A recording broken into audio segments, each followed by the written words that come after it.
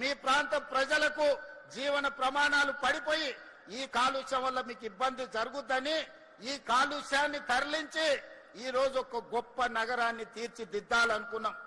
ఈ రోజు hitech city ప్రాంతంలో 237 కోట్ల రూపాయలకు ఎకరం అమ్ముడు పోతుందంటే ఆ ఏరియాల ఐటీ కంపెనీలు అదే విధంగా ఫార్మా కంపెనీలు జీసీసీ సెంటర్లు వచ్చినందుకు ఈ రోజు ఆ భూముల విలువ పెరిగింది.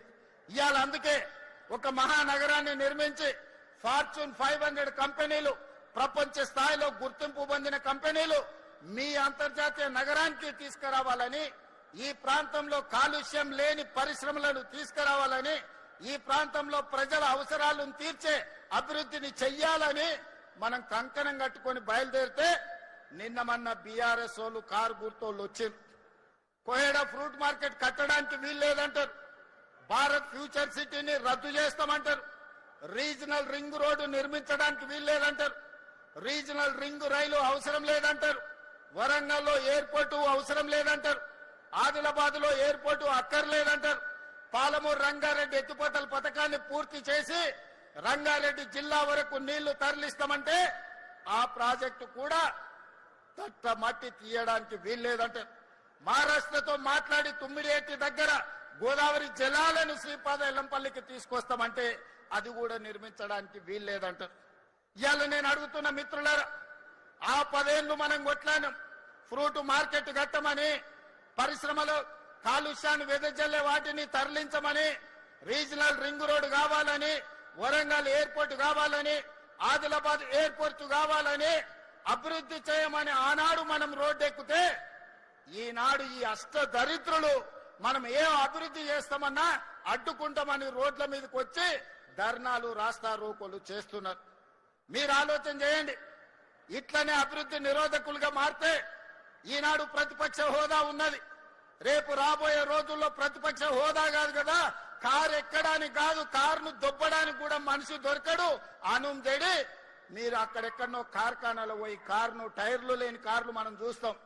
మనం అఫ్జల్గంజ్ ఏరియాలో పోతే అంబాసిడర్ కార్లు ఉంటాయి, దాంట్లో టైర్లు ఉండవు, రాళ్లు పెట్టి కారు నిలబెట్టి ఉంటది. మీ అంబాసిడర్ కార్ కూడా ఫామ్ హౌస్ గా పరిస్థితి వస్తుంది. అందుకే మిత్రులారా, ఇవాళ మీ అందరి సహకారంతో మీరందరూ కలిసి వచ్చినందుకు ధైర్యంగా ఈ రోజు ఈ ఫ్రూట్ మార్కెట్ ను ఈ రోజు ప్రారంభించుకుంటున్నాం. ఇంతకు ముందే తుమ్మల నాగేశ్వరరావు గారికి సూచన చేసిన, ఇవాళ అక్కడ నీడ లేకుండా వాన వచ్చినా గాలి వచ్చినా ఎండకెండి వానకు దడిసి అక్కడ అమ్ముకుంటున్న కూరగాయలు గాని, రైతులు గాని, అక్కడ ఉండే మధ్యవర్తులు గాని ఈ రోజు ఎన్నో ఇబ్బందులు ఎదుర్కొంటున్నారు. 6 నెలలు ఇక్కడ రాత్రి పగళ్ళు పని చేపించి డిసెంబర్ నుంచే ఈ ప్రాంతంలో కూరగాయలు పండ్లు అమ్ముకునే విధంగా ఇక్కడ పనులను ప్రారంభించాలి. 100% అభివృద్ధి 2 ఏళ్లలో పూర్తి చేయాలని నేను తుమ్మల నాగేశ్వరరావు గారికి సూచన చేసిన. తుమ్మల గారికి వేదిక మీద నుంచి నేను మాట ఇస్తున్నా, మీకు నిధులకు ఒక్క రోజు కూడా ఆలస్యం చేయకుండా 2400 కోట్ల రూపాయలు మీకు గ్రీన్ ఛానల్లో మీకు విడుదల చేయించే పూచి నాది. మరి పనులు నిర్మాణం చేయించుకునే బాధ్యత మీది, మల్రెడ్డి రంగారెడ్డి గారిది, శ్రీధర్ బాబుది. కేసీఆర్ కుర్చేసుకొని కూర్చొని పాలమూరు రంగారెడ్డి ఎత్తిపోతల కడతా అన్నాడు, కానీ ఎన్నికైన తర్వాత మందేసుకొని ఫామ్ హౌస్ లో వండుకున్నాడు.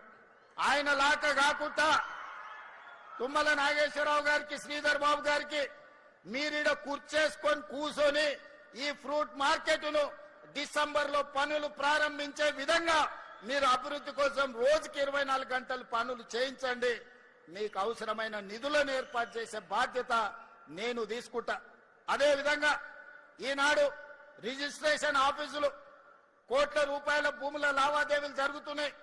ఒక్కొక్క డాక్యుమెంట్ కు 1 కోటి 2 కోట్లు ఈ రోజు రిజిస్ట్రేషన్ ఛార్జెస్ కడుతున్నారు. కానీ సబ్ రిజిస్ట్రార్ ఆఫీస్కి పోతే కూర్చోనికే కూర్చుంటుందా ఒకసారి ఆలోచన చేయండి. గంటల కొద్దీ నిలబడితే కూర్చోవడానికి కుర్చీ ఉండదు. వయసు మీద పడ్డ వాళ్ళు బాత్రూమ్కి వెళ్దామంటే అక్కడ బాత్రూమ్ ఉండదు. ఆకలై ఛాయ్నో బిస్కెట్టో తినాలంటే అక్కడ క్యాంటీన్ ఉండదు.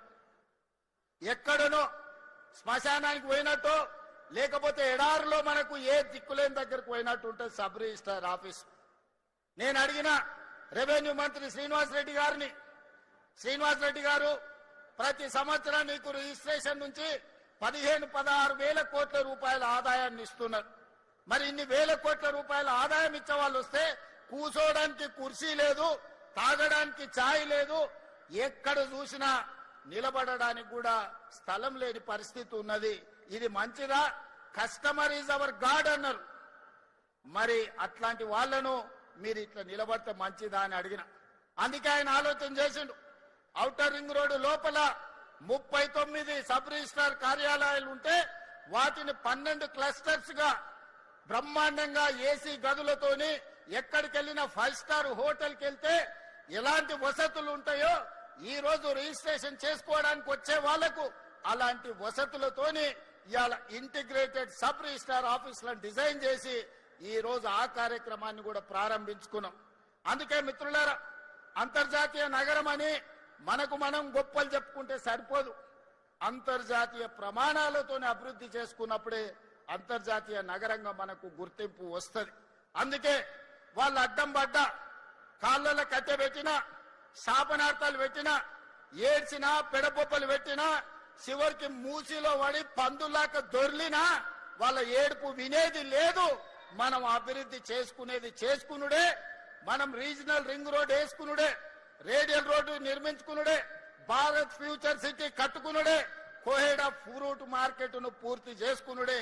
ప్రతి అవసరాన్ని దృష్టిలో పెట్టుకొని ఈ రోజు ఈ రాష్ట్రం యొక్క అవసరాలను తీర్చుకుంటూ ముందుకు వెళ్లాల్సిన బాధ్యత మన మీద ఉన్నది.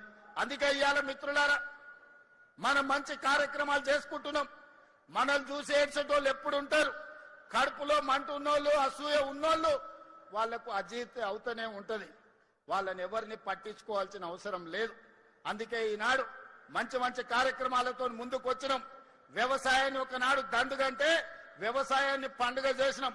ఒకనాడు ఒరేసుకుంటే ఉరేసుకున్నట్టే ఈ రోజు ఒరేసుకున్న వాళ్లకు కనీసం మద్దతు ధరనే కాదు 500 రూపాయల బోనస్ ఇచ్చి దేశంలోనే అత్యధికంగా ఈ రబీ సీజన్ లో 1,41,000 మెట్రిక్ టన్నుల వరి ఉత్పత్తి చేసి దేశానికి ఆదర్శంగా నిలబడ్డాం.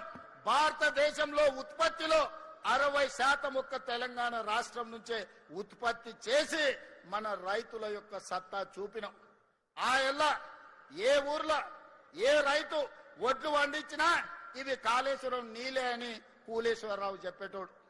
మరి ఇలా కాళేశ్వరం కూలేశ్వరం అయిపోయి 3 ఏళ్ళు అయింది. సుక్క నీళ్లు కాళేశ్వరం నుంచి రాలే, సుక్క నీళ్లు గోదావరిలో లిఫ్ట్ చేయలే. మరి ఈరోజు దేశంలోనే అత్యధికంగా మనం వరి పండిస్తున్నాం కదా. ఇన్నాళ్ళు వాళ్ళు చెప్పింది అబద్ధమా కాదా ఒక్కసారి ఆలోచన చేయండి. 3 ఏళ్లలో 1,00,000 కోట్లు పెట్టి వాళ్ళే కట్టిండ్రు. వాళ్ళ కళ్ళ ముందరనే కూలిపోయింది. 1,00,000 కోట్ల రూపాయలు గోదావరిలో కొట్టుకుపోయినాయి. 1,00,000 కోట్ల ప్రజల సొమ్మును గోదావరిలో కలిపినోని అదే గోదావరిలో వాళ్ళకి తద్దినం పెట్టాల్సిన అవసరం ఉందా లేదా ఒక్కసారి ఆలోచన చేయండి. నిన్న మన ఆయన తాటి చెట్టు లెక్క పెరిగిండు. ఎందుకంటే మనకు ఈ ప్రాంతంలో నల్గొండల, భువనగిరిలా లేకపోతే ఇబ్రాహీంపట్నంలో తాటి చెట్లు ఎక్కువ ఉంటాయి. తాటి చెట్టు ఇట్లా పెరుగుతుంది. తాటి చెట్టు ఎంత పెరుగుతుంది తెలివి ఎక్కువ ఉన్నదని ఆయన అనుకుంటుండు. ప్రాజెక్టులు ఎట్లా కట్టాలో, లిఫ్టులు ఎట్లా మెయింటైన్ చేయాలో ఆయన మనకు లెటర్లు రాస్తున్నారు. నీ ముఖం 10 ఏళ్ళు నువ్వు అట్లా ఏడ్చినందుకే అది కాళేశ్వరం కాస్త కూలేశ్వరం అయింది. నీ సలహాలు తీసుకుంటే ఇల్లు వీకి పందిరేసుకున్నట్టే ఉంటది. వెనకటికి ఎవడో చదువుకోక ముందు కాకరకాయ అన్నాడంట. ఈయనలాకటోడు తాటి చెట్టు అంత ఉన్నాడు, చదువుకున్నాక ఇది కాకరకాయ కాదు కీకరకాయ అని చెప్పిండంట. తెలివి ఎక్కువై ఇవాళ హరీష్ రావు గారి సూచనలు కూడా గట్లనే ఉన్నాయి మనకు. అందుకే అయ్యా హరీష్ రావు గారు, నీ దిక్కుమాలిన సలహాలు నీ మామకిస్తే నీ మామ నడువులు ఇరిగి ఫామ్ హౌస్ లో వండుకున్నాడు. ఇక నీ దిక్కుమాలిన సలహాలు మాకు తక్కువైనాయా? అందుకే నోరు మూసుకొని ఉండమని చెప్తున్నా. నువ్వు ఉండకపోయినా 94 నుంచి 2004 వరకు